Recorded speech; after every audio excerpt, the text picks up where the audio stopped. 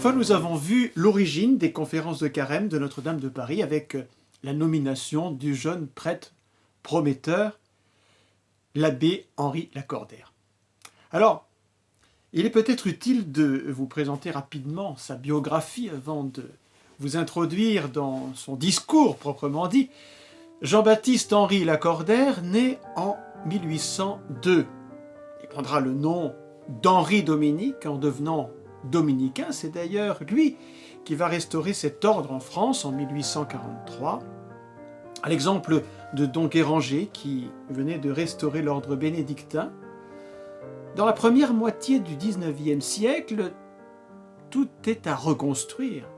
Après le raz-de-marée révolutionnaire, Lacordaire est un de ces hommes multitalentueux qui va s'illustrer courageusement au carrefour encore brûlant de l'Église et de la société. Destiné pourtant à une brillante carrière d'avocat, il s'y ennuie. Et surtout, il se sent appelé au sacerdoce. Il est ordonné prêtre par l'archevêque de Paris et devient en 1830 un des rédacteurs du tout nouveau journal L'Avenir, dont la devise est « Dieu et la liberté ». Lacordaire est donc également un brillant journaliste dont les orientations sont à la fois libérales et ultramontaines. Libérales parce qu'attaché au mouvement national d'une France encore récemment traversée par l'idéal de liberté, qui a été un des aspects positifs, qu'il retient d'ailleurs, de la Révolution française. Ce qui ne l'empêchera pas néanmoins de dénoncer vigoureusement les erreurs philosophiques qui l'ont porté. Il est aussi ultramontain parce que, attaché à la défense de la souveraineté du pape, pourtant son archevêque, Monseigneur de Quélan, est comme la majorité du clergé français de l'époque, assez clairement gallican. Lacordaire devient très vite un prédicateur remarqué, mais il sera aussi un homme politique, devenant même député. D'ailleurs, il démissionnera assez vite. Il meurt à l'âge de 59 ans, venant tout juste d'entrer à l'Académie française. Mais pour l'instant, il est dans la force de l'âge, il a 33 ans, il va monter dans la prestigieuse chaire de Notre-Dame de Paris pour y donner sa première conférence de carême. Quelquefois au perché, cette chaire de Lacordaire, mais quand même accessible.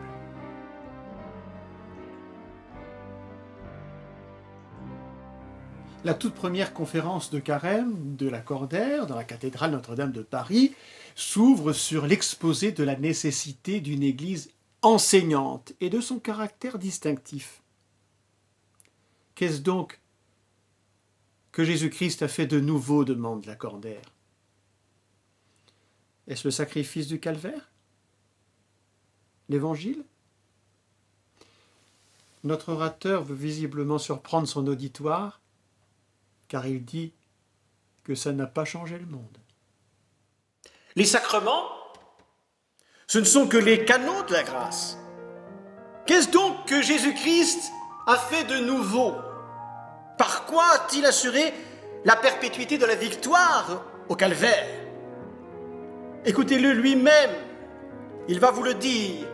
Tu es Pierre, et sur cette pierre, je bâtirai mon église, et les portes de l'enfer ne prévaudront pas contre elle.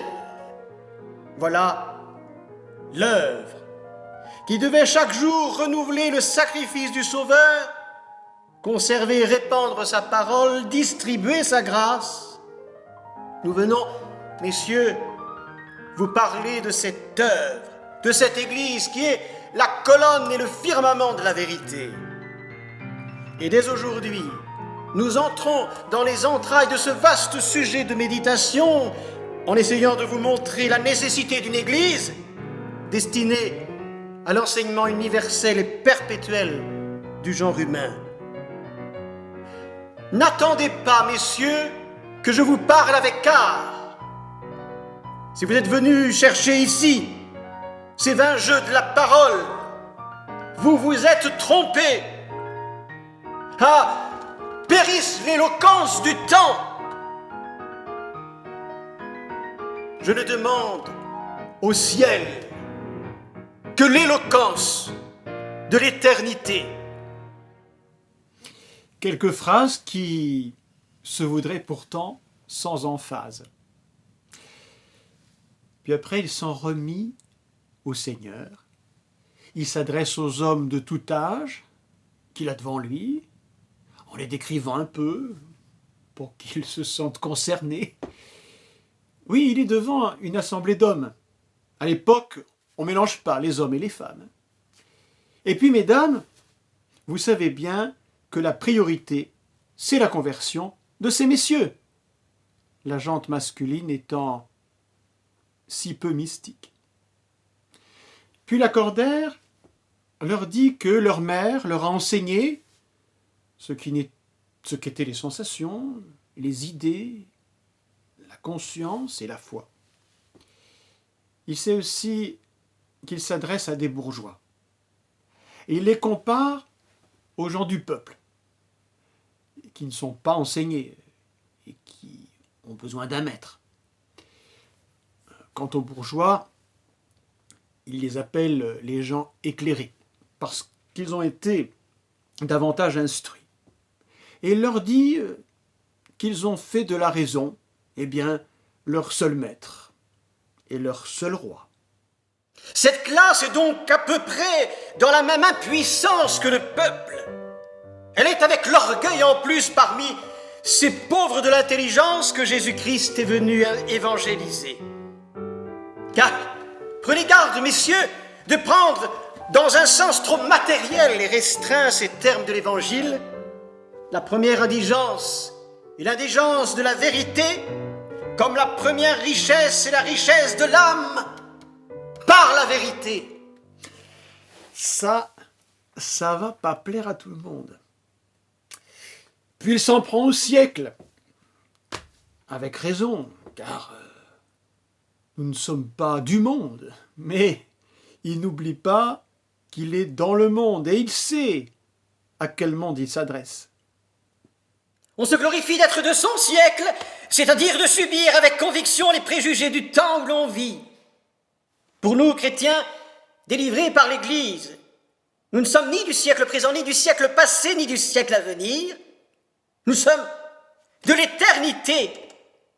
Nous ne voulons nous soumettre à l'enseignement ni d'un siècle, ni d'une nation, ni d'un homme, car ces enseignements sont faux, puisqu'ils sont variables et contradictoires. Ne sortons pas de cette capitale. Elle est, dit-on, le chef-lieu de la civilisation humaine. Eh bien, depuis 80 ans, comptez ces doctrines qui y ont eu cours et qui, là, se sont répandues sur l'Europe. Si l'homme n'était pas un être enseigné, il communiquerait directement avec la vérité et ses erreurs seraient purement volontaires et individuelles. Mais il est enseigné et l'enfance ne peut se défendre contre l'enseignement de l'erreur et le peuple ne peut se défendre contre l'enseignement de l'erreur et la plus grande partie des gens éclairés ne peut se défendre contre l'erreur qu'elle a sucée dans l'enfance. Puis Lacordaire compare l'Église avec les autres religions, qui sont surtout liées à leur nation. Remarque qui est assez vraie.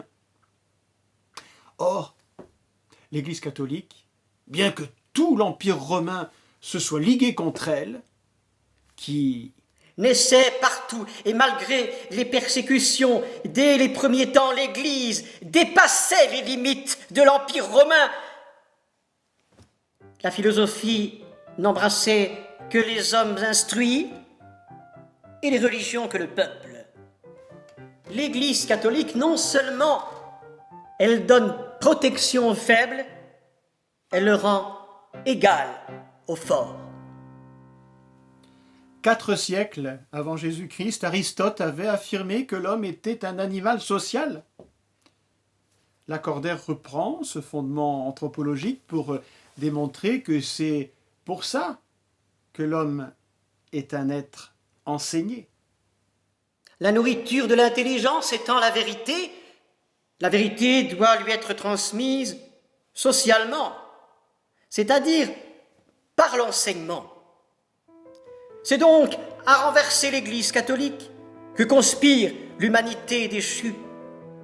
Mais l'Église n'est autre chose que l'humanité réparée, vivifiée par la foi, conduite par la charité, éclairée par l'Esprit de Dieu. Soyez donc des hommes d'espérance et de désir. Et vous, qui êtes plus avancés, qui appréciez à leur juste valeur les efforts impuissants de ce siècle, et qui savez que le tombeau de l'Église serait le tombeau du monde civilisé, concevez une foi et une charité plus ardentes. Donnez-vous tout entier à cette Église, hors de laquelle il n'y a pas de salut, dans le temps et dans l'éternité. Lacordaire fait remarquer que Jésus-Christ choisit ses apôtres non parmi les oppresseurs de l'intelligence, mais parmi les opprimés, non parmi les philosophes et les savants, mais parmi les pauvres et les simples. Un jour, se promenant sur les bords d'un lac de Galilée, il aperçut 2 pécheurs. Il leur dit « Suivez-moi, je ferai de vous des pêcheurs d'hommes. » Et tels furent les premiers libérateurs de l'esprit humain. pas mal, hein, quand on y pense. Le Seigneur n'a pas choisi les puissants de ce monde pour constituer son Église. Et pourtant, elle n'est pas sans puissance. La puissance que Dieu donna à son Église fut donc la puissance de son esprit. Vous voyez, messieurs, on ne vous a pas armés comme des guerriers, mais comme des agneaux et des colombes. On nous recommande seulement la prudence, parce que nul n'a le droit de s'en passer au milieu des hommes. La seule vengeance qui nous soit permise par l'Évangile, c'est de secouer la poussière de nos pieds. Voilà tout ce qui nous est permis, secouer un peu de poussière sur le monde. C'est donc la puissance de persuasion qui nous a été donnée. Mais comment ? La persuasion repose d'abord sur la raison. L'Église doit donc posséder la plus haute puissance qui soit sous le ciel. Elle doit être la plus haute puissance métaphysique, la plus haute puissance historique, la plus haute puissance morale, la plus haute puissance sociale. Quand il parle ici de puissance sociale, c'est pas au sens politique du terme, bien sûr, c'est toujours dans le contexte de la puissance de persuasion, l'Église devant être pour lui la première autorité morale de la société par la crédibilité rationnelle et pratique. La plus haute puissance morale, car l'Église est chaste. Elle engendre la chasteté. C'est parce que nous possédons cette vertu que nous sommes forts. Et ils savent bien ce qu'ils font, ceux qui attaquent le célibat ecclésiastique, cette auréole du sacerdoce chrétien. Encore un sujet d'actualité. C'est intéressant d'entendre ces propos de Lacordaire qui datent tout juste de 186 ans. Ça date donc pas d'hier qu'on a du mal à comprendre ce magnifique don qui est fait à l'Église à travers le célibat consacré ou le célibat sacerdotal. C'est un grand bonheur de vivre ce si beau charisme. Et c'est très important pour l'Église que la pureté, la virginité soient vécues par certains de ses membres d'une manière aussi radicale. N'en déplaise à ceux qui n'ont pas d'oreilles pour entendre. Par ailleurs, le seul problème que je vois, c'est que pour vivre ce splendide appel ça ne demande pas qu'une grâce particulière. Ça demande aussi une maturité affective et un équilibre psychique. Le gros problème, que je vois en tout cas, c'est qu'il y a, dans la formation initiale des couvents et des séminaires, quelquefois peut-être un manque de courage quand on refuse une personne qui est immature sur le plan affectif ou qui montre déjà des traits de perversion narcissique. La vie consacrée, les sacerdoces, c'est du sérieux. Et à l'heure où les vocations manquent, c'est dommage d'être ainsi éclaboussé par le terrible contre-témoignage d'une minorité de personnes qui ont abusé d'autres parce qu'elles n'avaient rien à faire dans le sacerdoce ou dans la vie religieuse. Enfin, passons. Et redonnons la parole à Lacordaire. On pouvait jeter les ministres en prison, les torturer sur l'échafaud. Mais on n'emprisonne pas la raison, on ne brûle pas les faits, on ne déshonore pas la vertu, on n'assassine pas la logique. Nous sommes donc forts, messieurs, d'abord par l'Esprit de Dieu qui parle en nous, mais aussi par l'esprit humain qui, lorsqu'il vient examiner de sang-froid notre histoire, nos dogmes, notre morale, est forcé de convenir que rien n'est plus solidement établi. À lire Lacordaire ou d'autres auteurs de son époque, certains y voient une forme de triomphalisme. En fait, pas du tout. L'Église sortait à peine du chaos, elle se relevait à peine de ses cendres. C'est pour ça que des Lacordaire nous font entrevoir la face glorieuse du mystère de l'Église. Ces prédications de Carême en ont été le vecteur symbolique, puisque le Carême commence par l'imposition des cendres et débouche sur la résurrection. Toutes ces congrégations du XIXe siècle qui vont fleurir partout, et le Dora en est un exemple éminent, vont être une conséquence directe de cette résurrection théologique et mystique, ressurgie des cendres du feu révolutionnaire. Puisque l'Église prêche davantage par l'exemple, Lacordaire ajoute : Il fallait à l'Église une source de persuasion plus humaine encore, c'est-à-dire plus générale. Dieu donna à son Église la charité. L'Église, messieurs, ainsi armée de la raison et de l'amour, de la plus haute raison et du plus fort amour, que peut-on contre elle ? On ne peut que la laisser libre, la protéger ou la persécuter. Si l'Église est protégée, comme au temps de Constantin, c'est une force ajoutée à une autre force.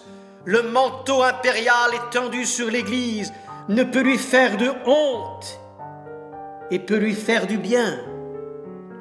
Si au contraire on la persécute, alors